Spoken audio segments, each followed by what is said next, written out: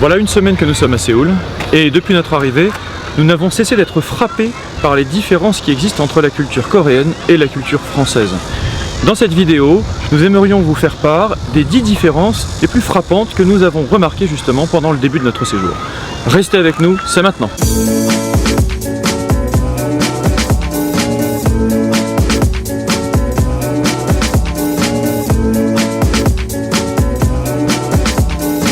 Première différence, le comportement par rapport à la personne qui vous reçoit.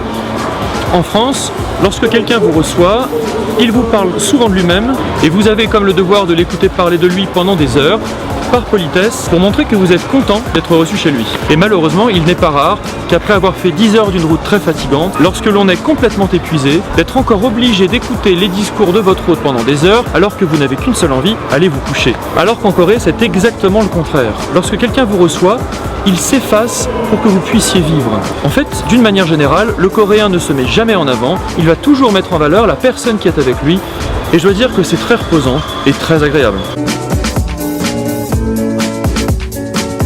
Deuxième différence, la nourriture. En Corée, il est très facile d'avoir accès à une nourriture saine et pour pas cher. Autrement dit, toutes les classes sociales, y compris les pauvres, peuvent se nourrir correctement. En France, c'est tout le contraire. La fameuse gastronomie française est réservée à une élite, tandis que la masse doit se contenter d'une nourriture industrielle infâme. De même, en Corée, la bonne nourriture se trouve à chaque coin de rue, tandis qu'en France, il faut parfois faire des kilomètres pour trouver une petite ferme bio qui éventuellement cultive des choses sans pesticides. Autant vous dire que tout cela fait du bien à l'estomac. Autre chose, en France, et c'est souvent très exaspérant, il y a toujours quelqu'un pour savoir les choses mieux que vous, même quand la personne n'en sait rien. Ce n'est pas méchant, mais c'est un peu gaulois et pas toujours très sympathique. En Corée, c'est le contraire. Du moins ça semble. Nous n'avons pas eu vraiment l'occasion de discuter longtemps avec des Coréens, mais pour le peu qu'on ait vu, lorsqu'un Coréen ne sait pas, eh bien il vous laisse faire. Surtout, les Coréens ne se mettent pas en avant. Ils cherchent d'abord à s'intéresser à vous et à vous laisser la place. Et autant vous dire que c'est très reposant. Quatrième différence, la zénitude des villes. En France, les gens cherchent à fuir la ville dès qu'ils ont un congé pour pouvoir retrouver l'atmosphère fraîche et sainte de la campagne. Mais ici, c'est tout le contraire. La ville est si paisible qu'on n'a pas vraiment besoin de la quitter pour pouvoir se ressourcer à l'extérieur. En fait, elle présente à la fois les avantages de la ville et ceux de la campagne. De sorte que partir à la campagne, c'est comme quitter un endroit où on est bien, où on a pris ses aises, et pour tout vous dire, ça file un peu le cafard.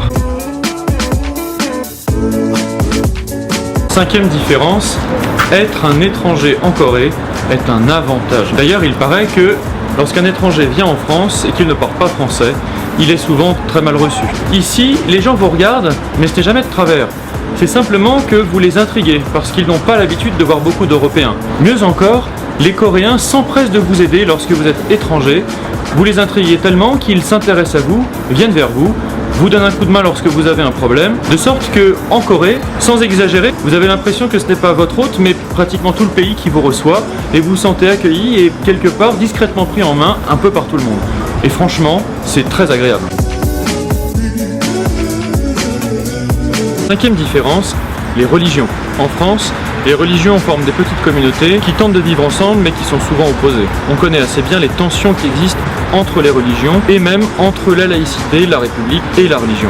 En Corée, c'est complètement différent. Ici, tout semble être un village entièrement composé d'églises différentes, comme un melting pot de religions qui vivent harmonieusement les unes les autres et qui ne s'occupent absolument pas de ce que fait son voisin. Et on ne sent absolument aucune tension entre eux.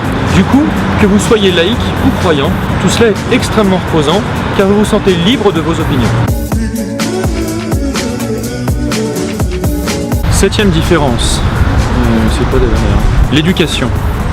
Alors nous n'avons pas beaucoup de contact avec des jeunes Coréens, ni même avec les écoles coréennes, mais de l'extérieur nous avons perçu certains détails qui nous ont beaucoup étonnés et qui marquent nettement la différence. Un détail frappant, c'est le respect des jeunes Coréens pour les aînés.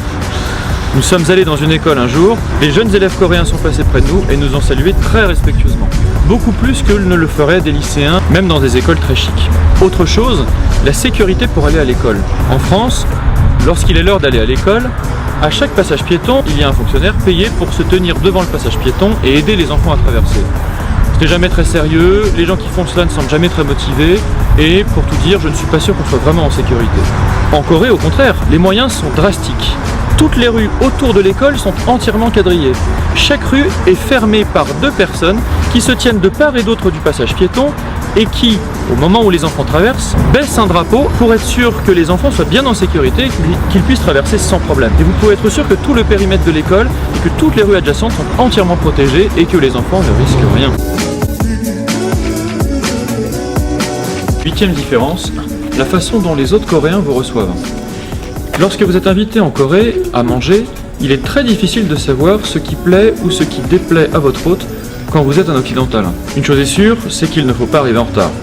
Ce qu'Isabelle et moi avons bien sûr fait dès le premier coup, puisque nous sommes parisiens et que nous avons eu non pas le quart d'heure, mais bien l'heure de retard de politesse. Autre chose qu'il ne faut pas faire, c'est arriver séparément à un repas. Je suis arrivé le premier au repas, Isabelle et Raphaël devaient absolument passer à l'appartement. Notre hôte était très vexé, croyant qu'Isabelle ne venait pas du tout à son repas et que j'étais le seul à venir simplement par politesse. Autre chose, lorsque vous offrez un cadeau, il faut qu'il soit de valeur. Nous avons trouvé des petits gâteaux sur le marché que nous avons offerts à notre hôte pour nous faire pardonner d'être en retard. Il les a regardés avec un peu de mépris et un peu de dédain, car pour lui ça n'avait visiblement pas grande valeur. J'ai appris plus tard que lorsqu'on offre un cadeau, il faut que le prix soit encore sur la boîte, sans doute qu'on juge au prix du cadeau l'affection que vous avez pour les personnes à qui vous l'offrez. Autre différence de taille, la Corée du Nord. Il est extrêmement étonnant de voir l'attitude des Coréens par rapport aux problèmes de la Corée du Nord. En France, on ne parle pratiquement que de ça. La presse fait régner une ambiance de terreur en publiant des articles angoissants sur un lancer de missiles nord-coréen, sur la Troisième Guerre mondiale, etc., etc. De sorte que, juste avant d'arriver en Corée du Sud, nous appréhendions quand même un peu les tensions qui pouvaient régner entre les 2 Corées. Or, à notre grande surprise, les Sud-Coréens s'en foutent. Mais alors, complètement. On a l'impression qu'ils vivent totalement en dehors du temps, car lorsqu'on les interroge, ils n'ont pas d'opinion. Ils sont même un peu étonnés qu'on s'inquiète autant de la Corée du Nord, et souvent ils vous répondent « We don't care, ça ne nous intéresse pas ».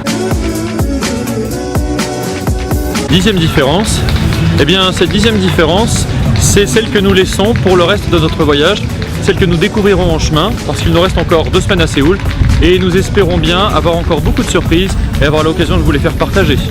A bientôt pour une prochaine émission.